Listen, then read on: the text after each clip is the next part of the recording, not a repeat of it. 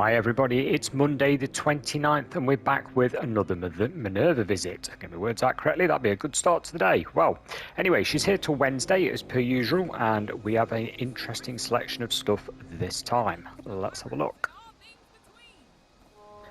So, nice list: farmable dirt tiles, secret service bits and bobs, super reactor symptomatics, warglaives, cattle prod, chemist backpack mod, Gore's minigun modifications, and of course the rest of the secret service stuff that I don't know yet, but hey, there you go. So it's a good week. Now without further ado, let's start taking a look at these individual items and see whether we think they're actually worth purchasing. Well, if there's one item we should start with, it's the top one, and that's the cattle prod. In my opinion, this item is pretty much useless. You may use it for decor. It's highly not recommended to buy it, guys. Move on and get yourself something else. What we will do, though, is have a look at the chemist backpack mod, which some people prefer to the high capacity backpack mod. So it's normally a good one to buy because your chems can weigh a lot. Now the high capacity version just generally increases your carry weight that you can carry in the backpack across the board, so you could put anything in it and it's just up to that capacity. Whereas the chemist backpack mod reduces the weight of all your chems. Now if you're carrying 300 stim packs around with you, yeah, that's a pretty big difference.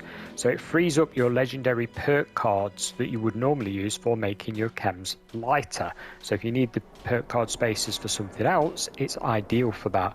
I have tried it myself, but I tend to use the perk cards and have gone back to high capacity on various versions of the game. Another must-have is the farmable dirt tiles. Now these ones are ideal if you're building maybe a floating camp or you just want it to look nice and neat. You can put your crops in them, which you're going to need for XP buffs and all that type of thing, and they basically place like a normal building block. You can snap them together and stick sort of normally 3 to 4 plants in each one.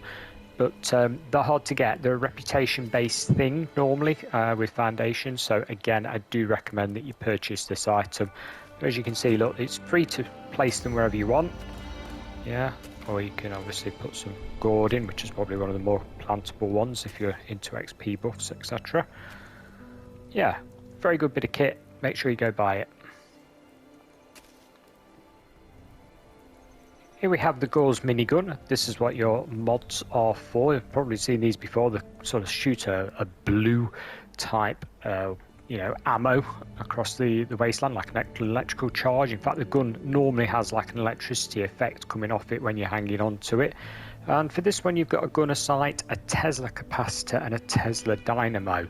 Now, the ammo for these weapons is very expensive to make, but they are very good guns. So if you are going to rock one of these, I'd definitely get the Tesla capacitor and Tesla dynamo. They are a pretty good bit of kit.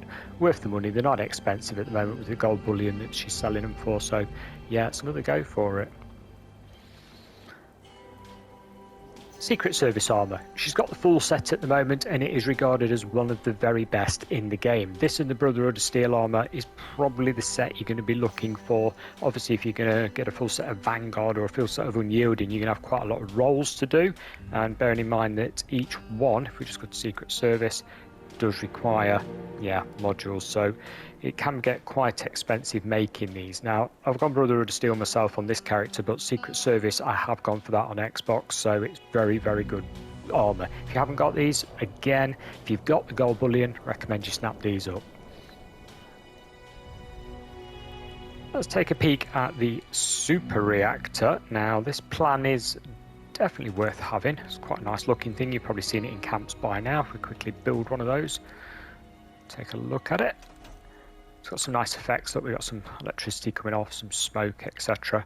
It is quite a big thing though, so if you're looking at your camp budget, you may struggle slightly. It does take up a lot of room and can be tricky to place. You'll notice I've placed it on dirt as opposed to a floor like the one over here, and that's because it can be a tricky thing to place. The idea is to put it on the floor and then build around it using floor pieces, but they don't snap to it. So for example, if I get one of these, just to show you, you can't snap them to it. Yeah, you can't. You've got to sort of get them near, like sort of like that. But yeah, pretty tricky, but well worth getting, guys. This is one of the ones I think you should buy. Really nice bit of kit. Moving on. Next up, we have the Symptomatic, which again is another must-have. If you've not already got this, you need to go and get it.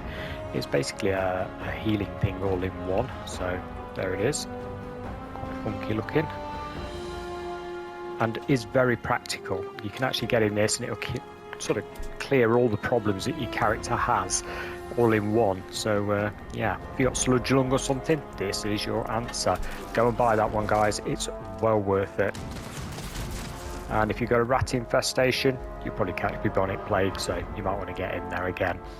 Next up, we have the Warglaive. Now, she's had this item a couple of times, and it's a very good melee weapon. Again, you're going to roll it probably to a legendary version that you want. It does have some cryo and flame mods available.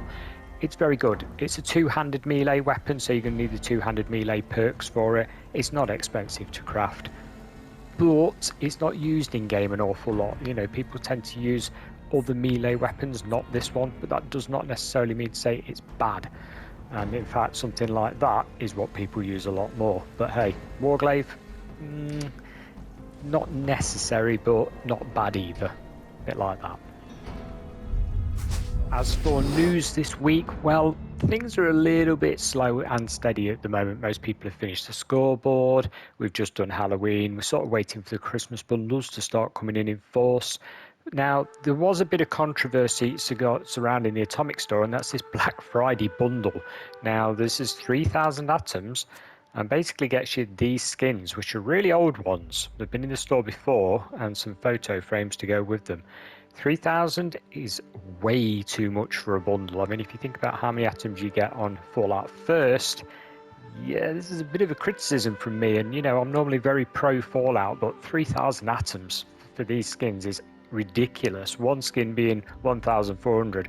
This is overpriced. So the news at the moment is they're getting a bit dear with these bundles, and I really hope it doesn't continue with the Christmas stuff or any new Christmas stuff that they've got coming. Now, the tables, that's caused another problem. I think I mentioned this last week, whereby the kids table has a nice sort of roast turkey on it, but the adult table, it's got a sort of fruit basket. Now, if you were building a Christmas camp, you might think, well, that's okay, I'll get the kids table.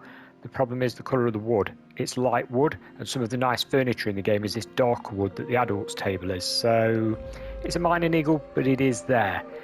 The candles are pretty nice, but news-wise, we are waiting now for the Night of the Moth event to come, and we are waiting for the start of December for that. So we've still got a couple of weeks for the new season and the new Mothman event, which is coming. Until then, it's sort of padding in my opinion. I think Bethesda are padding it out until they get that new event out, and hopefully a lot of players come back to the game. Bit grim, but there you go. This week's outfit is the cowboy outfit and chaps. Now, this is available from the bot down near Pleasant Valley Ski Resort. You sort of go down the stairs and into the basement. You can only access this though when you've done a pretty decent chunk of the main story quest. There's a specific quest that unlocks this person, and you have to take in Pleasant Valley Ski Resort tickets to unlock certain things. Now, it's random what he gives you, but one of the items is the cowboy outfit with chaps. Now, you can get cowboy outfit without the chaps, which is the leather bits on the bottom here. You can get just a normal cowboy outfit without those. Either of which, though, is random, so you don't know what you're going to get from him. Now, what most people do is collect the Pleasant Valley tickets from, killing stuff, normally Scorch, and when you've got a load of them, take them to cash them all in and see what you get, because the rewards do vary. But it's quite a nice outfit, especially if you're going to do some sort of farm or country style camp. Maybe you can have some mannequins with this type of thing on. You can get a matching cowboy hat as well, a black one, or whatever, or you could even use a bowler. It depends on the theme of your camp really and how you want it to look. This particular mannequin's got the pompadour wig on the top, which if you don't know, you actually get that from where the legendary purveyor is. You go downstairs and it's on the desk next to the computer. It's basically a hairstyle, so you can pop it on top of your mannequin and make it look complete. Maybe pop some sunglasses on or something to hide the fact it's a mannequin. Hey, it all helps, doesn't it? But that's this week's featured outfit. So that wraps this video up, guys. Hopefully you've got enough gold bullion to wade through that nice list of stuff she's got there, and we will return at the same time next week with her next list of stuff. Thanks for watching, and bye for now.